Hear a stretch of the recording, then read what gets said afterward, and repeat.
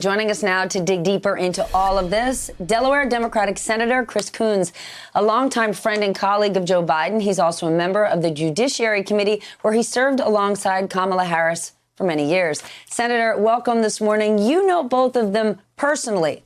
So when you hear criticism that she'll be disloyal to Joe Biden or that he's being used by the liberal left, what's your response?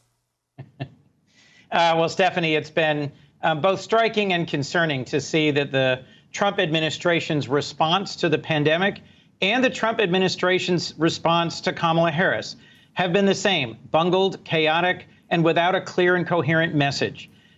Those two messages as a line of attack on Kamala Harris don't make sense to me. Joe Biden went through a disciplined, careful, thorough review process to vet a dozen really compelling candidates among whom he chose.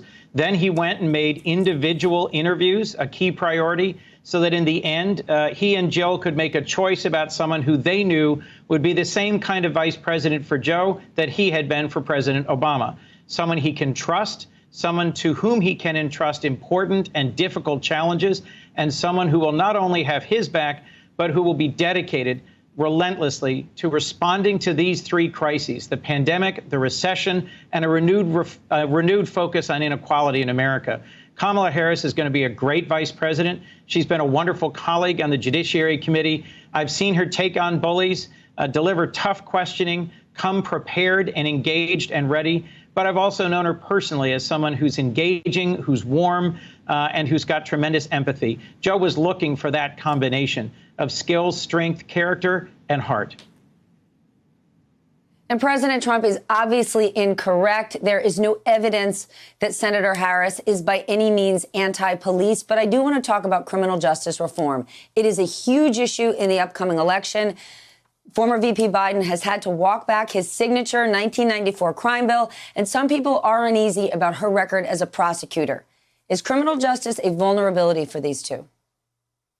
It's not, Stephanie, because they both have a balanced record. They have a record of supporting public safety, of making sure that the American people in times of rising violent crime have the resources that they need and the response that they ask for. But in this moment, in this context, they've both been clear-eyed, engaged, and effective advocates for real policing reform. They've rejected the idea of defunding the police, but they've embraced the idea of reforming policing, making sure that we have policing that respects the civil rights and civil liberties of Americans. And Senator Harris, my colleague, along with Senator Booker, really led the effort for the Justice in Policing Act in the Senate. It is a broad and bold bill that would reform significant parts of how policing is conducted in states and federally. And I think she's shown real leadership on this topic. Senator, you knew I wanted to talk money. I always do. Yesterday, the president doubled down on the payroll tax holiday. And I want to remind people, holiday, meaning you're still going to have to pay it.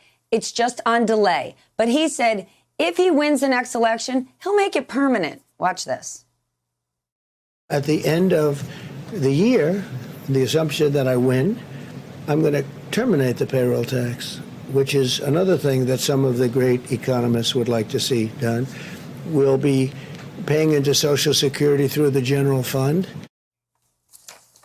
Okay, number one, can he do that unilaterally? Do away with the payroll tax? And second of all, explain to us the amount of money you would need to find somewhere else to keep Social Security from completely going under. Stephanie, I don't have that number off the top of my head, but I'll tell you it would be significant. We are already in not unprecedented, but in highly unusual times. We have to go all the way back to the Second World War to find a period where the federal government is laying out as much money as we already have this year. I'll remind you the CARES Act, which passed unanimously in the Senate 4 months ago, put out $2.3 trillion of assistance. And that's really what's been keeping our economy afloat. That's the direct stimulus payments, the unemployment insurance supplement, the support for state and local governments that prevented us from sliding into a Great Depression over the last 4 months. All of those things, nearly all of those things have expired now. That additional $600 in unemployment, the support for state and local governments, the eviction moratorium. And I'm getting lots of calls, Stephanie, from folks here in Delaware gravely concerned about how they're going to get through the next few months. If we were to put on top of that the impact on the balance sheet of the people of the United States and the impact on the Social Security Trust Fund of eliminating the payroll tax, that's not just saying to a drowning man, oh, here's a life preserver. It's saying here's an anchor.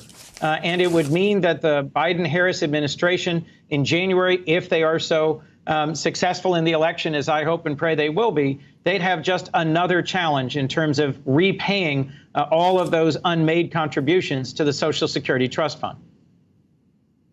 All right, then, Senator, what do you say to those people from the state of Delaware calling you, telling you how desperate their economic situation is, when yesterday Democrats refused to meet with Treasury Secretary Steve Mnuchin and negotiate at all? If you don't even meet with the guy, how are you going to create a resolution? Stephanie, I don't think the issue is a refusal to meet. They had a conversation in which the secretary, who was a vital part of that agreement 4 months ago, by the way, said that Mark Mnuchin, the chief of staff to President Trump, and the Trump administration were unwilling to move from their position. I'm sorry. Yes, Mark Meadows. That they were unwilling to move from their position. I'll remind you, the House, controlled by the Democrats and Speaker Pelosi, passed a bill 2 months ago that was over $3 trillion. The White House, the Trump administration, has taken the position, along with Republicans in the Senate, that they won't give more than $1 trillion. That's a big gap. And in their last in-person meeting, Schumer and Pelosi said, we'll come down $1 trillion if you'll come up $1 trillion and try to meet in the middle between what's essentially 1 and 3.5 and get to maybe a 2.5 number. That was rejected out of hand. The two single biggest issues remain aid to state and local governments and providing support for the millions of Americans who are unemployed and who need unemployment insurance assistance. The executive orders, which were the Trump administration response to this, are unworkable. Governors like DeSantis in Florida and Hogan in Maryland have said both they can't make them work and they don't have the resources to match what was the initial terms offered by President Trump, that he'd give $400 a week in unemployment supplement if the states would match it with 100 out of that 400. There are real questions about whether President Trump has the executive authority he asserts he has in terms of some of the tax moves he made, and whether or not this is of any real assistance to states and to people at all. Let me remind you, Stephanie, the biggest piece of this disagreement isn't just about faceless, nameless bureaucrats in gray buildings. It's about paramedics, nurses, the folks who teach our children in schools. Those are the sorts of public employees who have already been laid off, more than 1.5 million of them around the country, and who will face layoffs without more assistance. They are talking. The absence of a conversation in person is because there wasn't any willingness to move to come to the middle. No reason to meet in person if you don't have anything to say. Quickly before we go, I know you joined fellow Democrats in signing a letter voicing your concerns about changes happening at the post office under this new Postmaster General. These are serious issues. What can you actually do about it? Well, Stephanie, the challenge of congressional oversight is we have to have the majority party be willing to take some action. We've sent letters, we've demanded meetings, we've raised this publicly, we've raised this privately.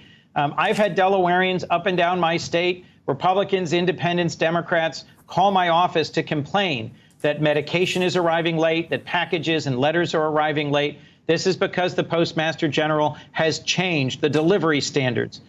We should be investing in a robust postal service as long as we have tens of millions of Americans at home, and because we have an imminent election where we know there will be a record number of mail-in ballots. I initially was hopeful this wasn't an intentional effort to try and throw the election. I am gravely concerned, given the recent changes in the leadership of the Postal Service that we've seen by the Postmaster General, who I'll remind you was a major Trump campaign contributor. Hey there, I'm Chris Hayes from MSNBC. Thanks for watching MSNBC on YouTube. If you want to keep up to date with the videos we're putting out, you can click subscribe just below me or click over on this list to see lots of other great videos.